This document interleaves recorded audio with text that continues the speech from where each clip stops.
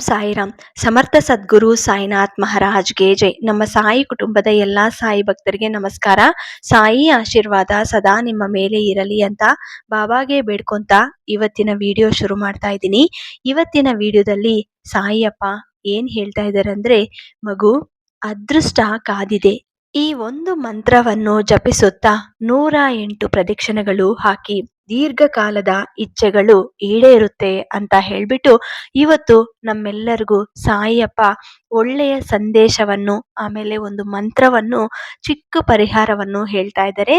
ಎಲ್ಲರೂ ಕೂಡ ಪ್ರತಿ ಒಬ್ಬರು ನಿಮ್ಮ ಜೀವನದಲ್ಲಿ ಏನ್ ತೊಂದರೆಗಳಿದೆಯೋ ಅಥವಾ ಕಷ್ಟಗಳು, ಸಮಸ್ಯೆಗಳು ಅಥವಾ ಇಚ್ಛೆಗಳು ದೀರ್ಘಕಾಲದಿಂದ ನೀವು ಬೇಡ್ಕೊಂತಾ ಇದ್ರೆ ಅಂತ ಇಚ್ಛೆಗಳು ಬೇಗ ಈಡೇರುತ್ತೆ. ಮತ್ತೆ ಸಾಯಿಯಪ್ಪ ಎಂತಹ ಸಂದೇಶವನ್ನು ತಂದಿದ್ದಾರೋ ಆಮೇಲೆ ಆ ಮಂತ್ರವನ್ನು ನಾವು ಈಗ ಕಲಿಯೋಣ. ಮೊದಲು ಸಾಯಿ ಮೇಲೆ ಪೂರ್ತಿ ವಿಶ್ವಾಸ, ನಂಬಿಕೆ ಇಟ್ಟು ಸಾಯಿಯಪ್ಪ ಹೇಳೋದೆಲ್ಲ ನಮ್ಮ ಜೀವನ ಸಂತೋಷವಾಗಿರಬೇಕು ಅಂತ ಹೇಳುತ್ತಾರೆ. ಅದನ್ನ ನೀವು ನಂಬಿ ಪೂರ್ತಿಯಾಗಿ ಈ ವಿಡಿಯೋನ ನೋಡಿ. ಮತ್ತೆ ಯಾರಾದರೂ ಹೊಸದಾಗಿ ನಮ್ಮ ಚಾನಲ್ನ ನೋಡ್ತಾ ಇದ್ರೆ ದಯವಿಟ್ಟು ಸಬ್ಸ್ಕ್ರೈಬ್ ಮಾಡಿಕೊಂಡು ನಿಮ್ಮ ಫ್ರೆಂಡ್ಸ್ ಅಂಡ್ ಫ್ಯಾಮಿಲೀಸ್ಗೆ ಶೇರ್ ಮಾಡಿ. ಈಗ ಸಾಯಿಯಪ್ಪ ಸಂದೇಶವನ್ನು ಕೇಳೋಣ. ಮಗು, ನಿನ್ನ ಅದೃಷ್ಟ ನಿಜವಾಗ್ಲೂ ನಿನ್ನ ಮುಂದೆನೇ ಇದೆ. ಮಗು, ನಿನ್ನ ಸಾಯಿ ಮೇಲೆ ಪೂರ್ತಿ ನಂಬಿಕೆ, ವಿಶ್ವಾಸ, ಭಕ್ತಿ ಇದ್ರೆ ಖಂಡಿತ ನೀನು ಇದನ್ನು ಮಾಡುತ್ತೀಯ. ನಿನ್ನ ಜೀವನ ಸಂತೋಷವಾಗಿರಬೇಕು ಅಂದ್ರೆ ಮೊದಲು ಈ ಸಾಯಿಯಪ್ಪ ಏನ್ ಹೇಳ್ತಾರೋ ಅದನ್ನ ಕೇಳಿ. ಯಾಕಂದ್ರೆ ಕಷ್ಟಗಳು ಎಲ್ಲರಿಗೂ ಬರುತ್ತೆ, ಆದ್ರೆ ಅದನ್ನ ಅನುಭವಿಸುವಂತ ತಾಳ್ಮೆ ಎಲ್ಲರಿಗೂ ಇರಲ್ಲ. ಕೆಲವೊಬ್ಬರಿಗೆ ಆ ನೋವು ತಡೆಯಕ್ಕೆ ಆಗಲ್ಲ. ಅಂತ ಸಿಚುವೇಶನ್ ಅಲ್ಲಿ ದೇವರನ್ನು ಬೈತಾರೆ. ಎಷ್ಟೇ ಸಾಯಿ ಮುಂದೆ ಹೇಳ್ಕೊಂಡ್ರು ನನ್ನ ಕಷ್ಟಗಳು ಈಡೇರುತ್ತಿಲ್ಲ. ನಾವು ಎಷ್ಟು ನಂಬುತ್ತೀವೋ ಅಷ್ಟೇ ಕಷ್ಟಗಳನ್ನ ಕೊಡ್ತಾ ಇದ್ದಾರೆ. ಈಗ ನನ್ನ ಸಿಚುವೇಶನ್ ಏನು ಅನ್ನೋದು ಭಗವಂತಗೆ ಗೊತ್ತಿದ್ರೂ ಕೂಡ ನನಗೆ ದಾರಿ ಸಿಗ್ತಿಲ್ಲ ಅಂತ ಸಾಯಿ ಮುಂದೆ ಹೇಳ್ಕೊಂತಾರೆ. ಸಾಯಿ ಯಾವಾಗ್ಲೂ ಸದಾ ಜೊತೆ ಇರ್ತಾರೆ. ನಂಬಿರೋರ್ ಜೊತೆ ಖಂಡಿತ ಇರ್ತಾರೆ. ನೀವು ಯಾವ ರೂಪದಲ್ಲಿ ಕೂಡ ಸಾಯಿಯಪ್ಪನ ನೋಡ್ಬೋದು. ಮೊದಲು ನಾನು ಹೇಗಿದ್ದೀನಿ ಅನ್ನೋದು ನೋಡ್ಕೊಳ್ಳಿ. ಬೇರೆಯವರ ಜೀವನ ಬಗ್ಗೆ ತಲೆ ಕೆಡಿಸ್ಕೋಬಾರ್ದು. ನಿನ್ನ ಜೀವನ ಬಗ್ಗೆ ನೀನು ಯೋಚನೆ ಮಾಡಬೇಕು. ನಿಮ್ಮ ಮನೆಯಲ್ಲಿ ಏನಾದರೂ ತೊಂದರೆಗಳು ಅಥವಾ ಸಾಲ ಮಾಡಿರುವಂತ ಸ್ಥಿತಿ ನಿನಗೆ ಇದ್ರೂ ಖಂಡಿತ ಹಣದ ಸಮಸ್ಯೆ ದೂರ ಆಗುತ್ತದೆ. ಮಗು, ನಿನಗೆ ಸಂತಾನ ಸಮಸ್ಯೆ ಇದ್ರೆ ಅಥವಾ ದೀರ್ಘಕಾಲದಿಂದ ಅನಾರೋಗ್ಯ ಸಮಸ್ಯೆಗಳಿದ್ರೆ, ಏನೇ ಸಮಸ್ಯೆಗಳಿದ್ರು ಇವತ್ತು ನಾನು ಹೇಳೋ ಅಂತ ಮಂತ್ರವನ್ನು ನೀವು ಈ ರೀತಿಯಲ್ಲಿ ಪ್ರಯತ್ನ ಮಾಡಿದ್ರೆ ಖಂಡಿತ ನಿಮ್ಮ ಜೀವನದಲ್ಲಿ ಏನೇ ತೊಂದರೆಗಳಿದ್ರೂ ಬದಲಾವಣೆ ಆಗುತ್ತೆ. ಇನ್ನೊಬ್ಬರ ನೆಮ್ಮದಿಗೆ ಬೆಂಕಿ ಹಚ್ಚಿ ತಾನು ಖುಷಿಯಾಗಿ ಇರುತ್ತೀನಿ ಅನ್ನೋದು ಶತಮೂರ್ಖತನ. ಇಲ್ಲಿ ಯಾರ ಕಣ್ಣು ತಪ್ಪಿಸಿದ್ರೂ ಬದುಕಬಹುದು, ಆದ್ರೆ ಮೇಲಿರುವ ಭಗವಂತನ ಕಣ್ಣಿನಿಂದ ಸಾಧ್ಯವಿಲ್ವಲ್ಲ. ಅದಕ್ಕೆ ಯಾರ ಜೀವನ ಹೇಗೆ ಇರಲಿ, ಮೊದಲು ನಿಮ್ಮ ಜೀವನ ನೀವು ನೋಡ್ಕೋಬೇಕು. ಇನ್ನೊಬ್ಬರ ಬಗ್ಗೆ ಯೋಚನೆ ಮಾಡಬಾರದು. ನೀನು ಮಾಡಿದ ತಪ್ಪು ಯಾರೂ ನೋಡಿಲ್ಲ ಎಂದು ಖುಷಿ ಪಡಬೇಡ.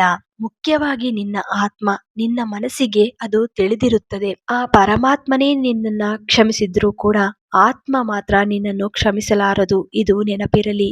ಜೀವನ ಎಲ್ಲರಿಗೂ ಒಂದೇ ರೀತಿಯಲ್ಲಿ ಇರಲ್ಲ. ಕೆಲವೊಬ್ಬರಿಗೆ ಬೇಗ ಕಷ್ಟಗಳು ಕೊಡ್ತಾರೆ, ಅತಿ ಶೀಘ್ರವಾಗಿ ಅದು ದೂರ ಆಗಿ ಸಂತೋಷವನ್ನು ಕೊಡ್ತಾರೆ. ಕೆಲವೊಬ್ಬರಿಗೆ ಕಷ್ಟಗಳು ಕೊಟ್ಟು ಅದನ್ನು ಶಾಶ್ವತವಾಗಿ ಅನುಭವಿಸಿ ಅಂತ ಕೆಲವೊಬ್ಬರಿಗೆ ಕಷ್ಟಗಳು ಕೊಡ್ತಾರೆ.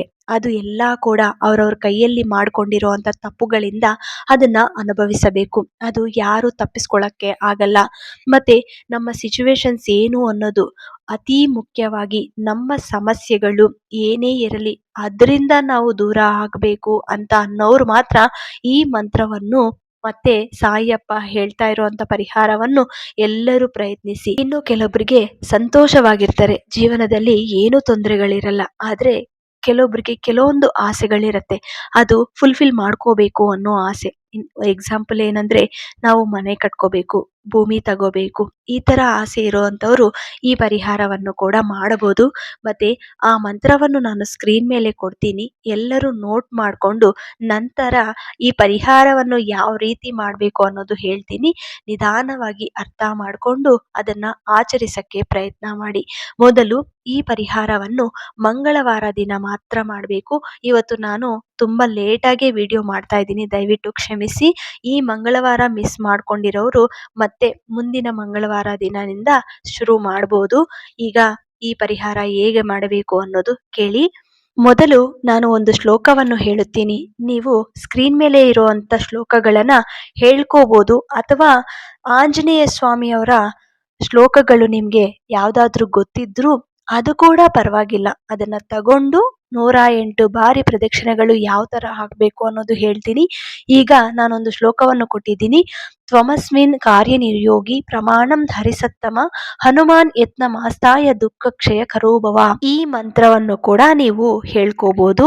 ಈಗ ಪರಿಹಾರವನ್ನು ಯಾವ ರೀತಿ ಮಾಡಬೇಕು ಅನ್ನೋದು ಹೇಳ್ತೀನಿ. ಮಂಗಳವಾರ ದಿನ ಬೆಳಗ್ಗಿನ ಜಾವ ಎದ್ದಿದ ತಕ್ಷಣ ತಲೆ ಸ್ನಾನ ಮಾಡಿ, ನಂತರ ನೀವು ಮನೆಯಲ್ಲಿ ಒಂದು ದೀಪ ಹಚ್ಚಿ ಆ ದೇವರಿಗೆ ನಮಸ್ಕಾರ ಮಾಡಿಕೊಂಡು ನೀವು ಹನುಮಾನ್ ಟೆಂಪಲ್ಗೆ ಹೋಗ್ಬೇಕು. ಹೋಗುವ ಮುನ್ನ ಎಲೆ ಅಡಿಕೆ 2 ಬಾಳೆಹಣ್ಣು ತಗೊಂಡು ಹೋಗ್ಬೇಕು. ಆಮೇಲೆ ಅಡಿಕೆನ ಸಪರೇಟ್ ಆಗಿ ಒಂದು ಬಾಕ್ಸ್ ಅಲ್ಲಿ 108 ತಗೊಂಡು ಹೋಗಿ, ಅದು ಹೇಳ್ತೀನಿ ಏನಕ್ಕೆ ಅಂದ್ರೆ, ದೇವಸ್ಥಾನಕ್ಕೆ ಹೋಗಿದ ನಂತರ ಸಂಕಲ್ಪನೆ ಮಾಡ್ಕೊಳ್ಳಿ. ಆಮೇಲೆ ಅರ್ಚನೆ ಮಾಡ್ಕೋಬೇಕಾದ್ರೆ ಖಂಡಿತ ನೀವು ಅರ್ಚನೆ ಮಾಡಿಸ್ಕೊಳ್ಳಿ. ನಂತರ ಆ ಭಗವಂತಗೆ ನಿಮ್ಮ ಕಷ್ಟಗಳನ್ನ ಇಚ್ಛೆಗಳನ್ನ ಹೇಳ್ಕೊಳ್ಳಿ. ಇವತ್ತು ನಾನು ನಿಮ್ಮ ಮುಂದಕ್ಕೆ ಬಂದಿದ್ದೀನಿ, ನಮ್ಮ ಕಷ್ಟಗಳು ಇವು, ಖಂಡಿತ ನೀವು ದೂರ ಮಾಡ್ತೀರಾ ಅಂತ ನಂಬಿಕೆಯಿಂದ ಬಂದಿದ್ದೀನಿ. ನಾನು ಒಂದು ಸಂಕಲ್ಪನೆ ಮಾಡ್ಕೊಂತ ಈ ಪರಿಹಾರವನ್ನು ಮಾಡ್ತಾ ಇದ್ದೀನಿ, ನಿಮ್ಮ ದಯೆ ಅಂತ ಹೇಳ್ಕೊಂಡು ನೀವು 108 ಅಡಿಕೆಗಳನ್ನ ತಗೊಂಡು ಮೊದಲು ಬಾಗಿಲತ್ರ ಹೋಗಿ ಆಚೆ ಪ್ರದಕ್ಷಿಣೆಗಳು ಹಾಕುವಾಗ ಒಂದು ಅಡಿಕೆ ತಗೊಂಡು ಕೈಗೆ ನೀವು ಒಂದು ಮಂತ್ರವನ್ನು, ಆ ಆಂಜನೇಯ ಸ್ವಾಮಿ ಅವರ ಮಂತ್ರ ಯಾವುದೇ ಆಗ್ಲಿ ಪರವಾಗಿಲ್ಲ, ಅಥವಾ ನಾನು ಹೇಳಿರೋ ಅಂತ ಮಂತ್ರವನ್ನು ಕೂಡ ನೀವು ತಗೋಬಹುದು. ನಿಮಗೆ ಗೊತ್ತಿರೋ ಅಂತ ಮಂತ್ರವನ್ನು ಹೇಳ್ಕೊಂತ, ಮನಸ್ಸಿನಲ್ಲಿ ಇರೋಂತ ಇಚ್ಛೆಗಳನ್ನ ಹೇಳ್ಕೊಂತ ಒಂದು ಪ್ರದಕ್ಷಿಣೆ ನಿಧಾನವಾಗಿ ಹಾಕಬೇಕು. ತುಂಬಾ ಸ್ಪೀಡಾಗಿ ಹಾಕಬಾರ್ದು. ನಿಧಾನವಾಗಿ ಒಂದು ಅಡಿಕೆನ ತಗೊಂಡು ಹಾಕಿದ ನಂತರ ಮೇನ್ ಬಾಗಿಲಿಗೆ ಬಂದ ತಕ್ಷಣ ಅಲ್ಲಿ ಒಂದು ಅಡಿಕೆನ ಇಡಬೇಕು ಬಾಕ್ಸ್ ಅಲ್ಲಿ. ಮತ್ತೆ 108 ಇದೇ ತರ ಒಂದೊಂದು ಅಡಿಕೆ ತಗೊಂಡು ನೀವು ಒಂದೊಂದಕ್ಕೆ ಪ್ರದಕ್ಷಿಣೆ ಹಾಕೊಂತ ಮಂತ್ರವನ್ನು ಹೇಳ್ಕೊಂತ 108 ಕಂಪ್ಲೀಟ್ ಮಾಡಬೇಕು. ಈ ರೀತಿ ಮಾಡಿದ ನಂತರ ದೇವ್ರಿಗೆ ನಮಸ್ಕಾರ ಮಾಡಿಕೊಂಡು ಆ 108 ಅಡಿಕೆಗಳನ್ನ ಮನೆಗೆ ವಾಪಸ್ ತನ್ನಿ. ತಂದಿದ ನಂತರ ದೇವ್ರ ಮನೆಯಲ್ಲಿ ಇಡಬೇಕು. ಒಂದು ಡಬ್ಬಿಗೆ ಹಾಕೊಂಡು ಅಲ್ಲೇ ಇಡಬೇಕು. ಈ ರೀತಿ ನೀವು ಎಷ್ಟು ವಾರ ಮಾಡ್ತೀರೋ ಅಷ್ಟು ವಾರನೂ ಅದೇ ಡಬ್ಬಿಯಲ್ಲಿ ಇರುವಂತ ಅಡಿಕೆಗಳನ್ನ ಯೂಸ್ ಮಾಡಿಕೊಂಡು ಈ ಪರಿಹಾರವನ್ನು ಮಾಡ್ಕೋಬಹುದು. ಪ್ರತಿ ವಾರ ನೀವು ದೇವ್ರಿಗೆ ಅಂತ ನೈವೇದ್ಯವನ್ನು ತಗೊಂಡು ಹೋಗ್ಬೇಕು.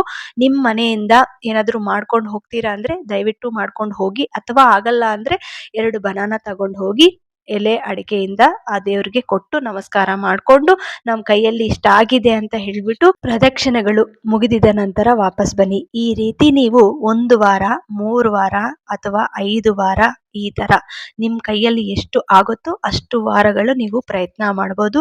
ಖಂಡಿತ ನಿಮ್ಗೆ 100% ಫಲ ಸಿಗುತ್ತೆ. ನೀವು ನಂಬಿಕೆಯಿಂದ ಆಂಜನೇಯ ಸ್ವಾಮಿ ಅವರ ಮೇಲೆ ನಂಬಿಕೆಯಿಂದ ಇದನ್ನ ಪ್ರಯತ್ನ ಮಾಡಿದ್ರೆ ತಪ್ಪದೆ ನಿಮ್ಗೆ ಶೀಘ್ರವಾಗಿ ನಿಮ್ಮ ಏನ್ ಅನ್ಕೊಂಡಿರ್ತಾರೋ ಅದು ಹಾಗೆ ಆಗತ್ತೆ. 1 ವಾರದಲ್ಲಿ ನಿಮ್ಗೆ ರಿಸಲ್ಟ್ ಸಿಗುತ್ತೆ. ನೀವು ಮಾಡೋ ರೀತಿಯಲ್ಲಿ ಇರುತ್ತೆ. ನಂಬಿಕೆಯಿಂದ ಭಕ್ತಿಯಿಂದ ಮಾಡಿ ಅಷ್ಟೇ ನಾನು ಹೇಳೋದು. ಇದೇ ಇವತ್ತು ಸಾಯಿಯಪ್ಪ ನಿಮ್ಗೆ ಕೊಡ್ತಿರೋ ಅಂತ ಒಳ್ಳೆಯ ಮಂತ್ರ, ಆಮೇಲೆ ಪರಿಹಾರ. ನಿಮ್ಗೆ ಇಷ್ಟ ಆಯ್ತು ಅಂದ್ರೆ ತಪ್ಪದೆ ಪ್ರಯತ್ನ ಮಾಡಿ ರಿಸಲ್ಟ್ ತಗೊಳ್ಳಿ. ಆಮೇಲೆ ನಿಮ್ಮ ಫ್ರೆಂಡ್ಸ್ ಅಂಡ್ ಫ್ಯಾಮಿಲೀಸ್ಗೆ ಕೂಡ ಈ ವಿಷಯನ ತಿಳಿಸಿ.